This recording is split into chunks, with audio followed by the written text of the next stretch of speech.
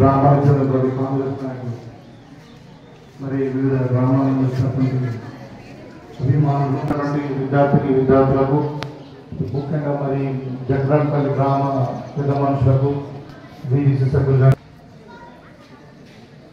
అంటే నిజంగానే ఒకవైపు గర్వంగా ఉంది, కానీ ఒకవైపు మరి అంతటి మరి అది కూడా మనము ఆయన వ్యవస్థ మరి అయిందని గుర్తించినప్పుడు కూడా బాగా మరి సామాన్య కుటుంబం నుండి వచ్చి ఒక ఇండస్ట్రీస్గా ఎదిగిన తర్వాత చాలామంది డబ్బులు సంపాదిస్తారు. ఇవాళ మన జగ్రాన్పల్లిలో కాదు, మన నిజామాబాద్లో చాలామంది కోటీశ్వరులు ఉన్నారు. కానీ మనం సంపాదించిన తర్వాత దీన్ని ఏమంటారంటే ఇంగ్లీష్లో పేయింగ్ బ్యాక్ అంటారు. సాధారణ కానీ మనం ఈ స్థితిలో ఉండడానికి కారణమైనటువంటి వ్యవస్థలను మనం తిరిగి చేయడం అన్నది అదొక అంటే మానవ కోణంలో చాలా గొప్పది. దాంట్లో ఇప్పుడు చాలా దానాలు ఉంటాయి. కొంతమంది గోదానం చేస్తారు, కొంతమంది కన్యాదానం అంటారు, పిల్లలు పెళ్లి చేసిస్తారు, కొంతమంది అన్నదానం చేస్తారు. అట్లా దాంట్లో అన్నింటికంటే పెద్దది విద్యాదానం. సో ఇప్పుడు అంటే నిజంగానే అంటే ఇప్పుడు చదువు లేని వాడు అది అలా ఒక సామెత ఉంది అట్లా. అంటే వాళ్ళ చదువు అన్నది ఒక ఫండమెంటల్ మూలం. అది ఇవాళ మనకు భారతదేశం అంటేనే, మన ఇండియా అంటేనే కులాలు మతాలు డైవర్సిటీ. ఇప్పుడు కాశ్మీర్లో ఒక కల్చర్ ఉంటుంది, కన్యాకుమారిలో ఒక కల్చర్ ఉంటుంది, బెంగాల్లో ఒక కల్చర్ ఉంటుంది, గుజరాత్లో ఒక కల్చర్ ఉంటుంది. అన్నీ కూడా అంటే కులాలు మతాలు ఈ కల్చరల్ డిఫరెన్సెస్ ఉన్నా కూడా మనం అందరం ఇలా కలిసి ఉన్నామంటే మరి దానికి ముఖ్య కారణం ఈ మూలాలకు అన్నిటి కూడా అంటే ఈ సామాజిక రుగ్మతలకు టీఆర్ఎస్ ప్రభుత్వం ఉన్నప్పుడు నిజంగానే విద్యా విధానాన్ని మొత్తం కూడా నాశనం చేసినటువంటి సందర్భంలో 10 సంవత్సరాలు స్కూల్ ఎడ్యుకేషన్ కానీ యూనివర్సిటీ ఎడ్యుకేషన్ కూడా పట్టించుకుంది. మా ప్రియతమ నాయకుడు ముఖ్యమంత్రిగా రేవంత్ రెడ్డి గారు ప్రమాణ స్వీకారం చేసిన తర్వాత మన పెద్ద ఎత్తున స్కూళ్ళకి ఇన్ఫ్రాస్ట్రక్చర్ డెవలప్ చేయడానికి ఒక 1200 కోట్లు మనకి.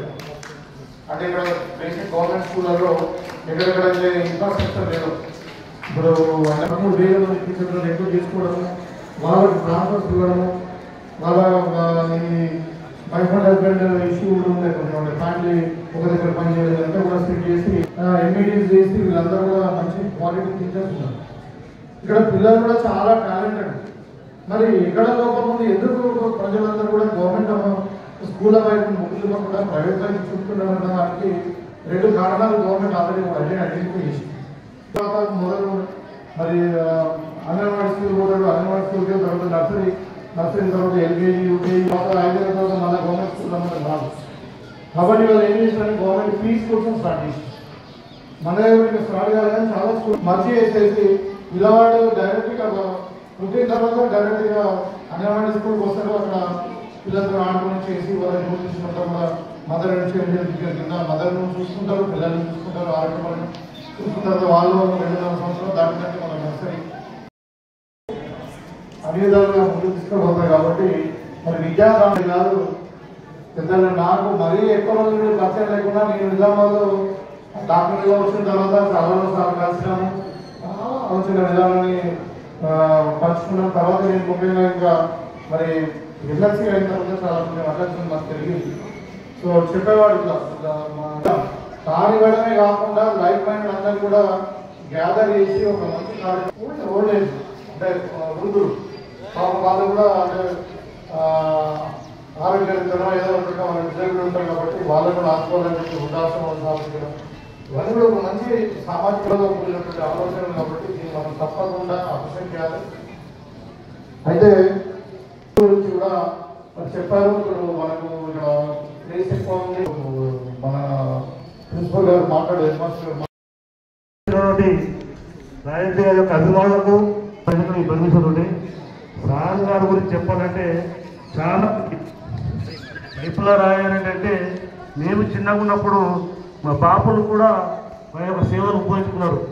ప్రతి సంఘానికి ఒక 3 రోజులు సార్ గారు కూడా కొంచెం దూరం అవుతున్నప్పుడు నేను అప్పుడు ఎంపీటీసీలో ఉన్నప్పుడు అంతకుముందు ఏడీసీ మెంబర్ ఉన్నప్పుడు ప్రతి కార్యక్రమానికి ఒక నాయకుల లెక్క మన గ్రామంలో దాత ఉన్నాడు కాబట్టి మరవద్దని చెప్పేసి ఈ గ్రామంలో ఏ కార్యక్రమం ఉన్నా విగ్రహం పెట్టుకుంటాం. గాంధీ పెట్టుకున్నాం లేదా రాజరెడ్డి గారు విగ్రహం ఎందుకు పెట్టుకున్నాం అంటే చూడగానే వాళ్ళు గుర్తుకొస్తారు. వాళ్ళు గుర్తుకొచ్చినట్టు వాళ్ళ జీవన విధానం, వాళ్ళ ఆలోచన విధానం గుర్తుకొస్తుంది. వాళ్ళు ఏం ఆలోచించారు, జీవితంలో ఉన్నప్పుడు వాళ్ళు ఏం మంచి పనులు చేసారు అన్నది ఒక స్ఫూర్తిదాయకంగా ఉండాలనే ఉద్దేశంతో మనం విగ్రహాలు ఏర్పాటు చేసుకుంటాం. కాబట్టి అది స్కూల్ ముందే ఒక విగ్రహం పెట్టడం అనేది నిజంగా విద్యార్థులకు చూస్తే ఈ స్కూల్ మాకు పూర్తి దాకా ఉన్నాడు, ఇక్కడ మా స్కూల్ కట్టించిన వాళ్ళు ఉన్నారు అని చెప్పి అలా ఆలోచన వస్తుంది. కాబట్టి చాలా మంచి కార్యక్రమం తీసుకుంటున్నాను. తప్పకుండా మరి నేను నిజంగా ఈ కార్యక్రమంలో భాగస్వామ్యం అనేది నాకు ఆనందంగా ఉంది. తప్పకుండా పిల్లలకు అందరూ కూడా నేను బెస్ట్ విషయాలు చెప్తూ మీరందరూ కూడా బాగా చదువుకోండి, బాగా టాలెంట్ ఉంది మీ దగ్గర.